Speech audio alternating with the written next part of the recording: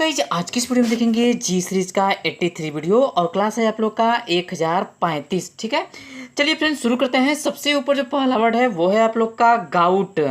Gout भी होता है फ्रेंड्स गठिया। ठीक है, GOUT, गाउट का मतलब गठिया, जिसको आप लोग कहते हैं वात रोग।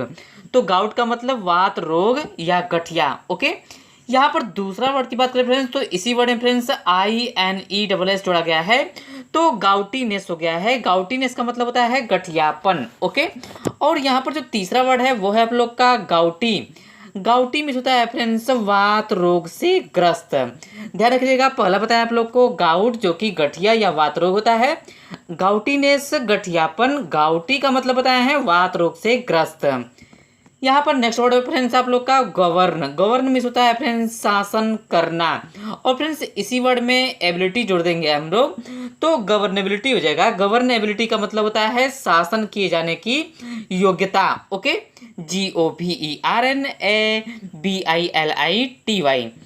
यहाँ पर नेक्स्ट वर्ड है गवर्नेबल। गवर्नेबल मीन्स होता है फ्रेंड्स शासनीय, या आप लोग कह सकते हैं शासन योग्य। ओके, शासनीय या शासन योग्य। ठीक है, यहाँ पर इस वीडियो का जो लास्ट वर्ड फ्रेंड्स वो है आप लोग का गवर्नेंस। गवर्नेंस तो आप लोग को पता ही है, गवर्नेंस का मतलब होता है अधिकार या शासन। Okay, GOVERNANCE। सो गाइज एक बार और यहाँ पर रिपीट करते हैं। सबसे ऊपर जो बताए हैं वो है आप लोग का गाउट। गाउट का मतलब होता है गठिया या वात रोग। गाउटीनेस पता है फ्रेंड्स गठियापन। गाउटी का मतलब होता है वात रोग से ग्रस्त। गवर्न मीन्स होता है फ्रेंड्स शासन करना। गवर्नेबिलिटी का मतलब होता है शासन किए जाने की योग्यता। गवर्नेबल का मतलब होता है फ्रेंड्स शासनीय या शासन योग्य। और जो लास्ट बताया फ्रेंड्स वो है आप लोग का गवर्नेंस, जो कि अधिकार या शासन।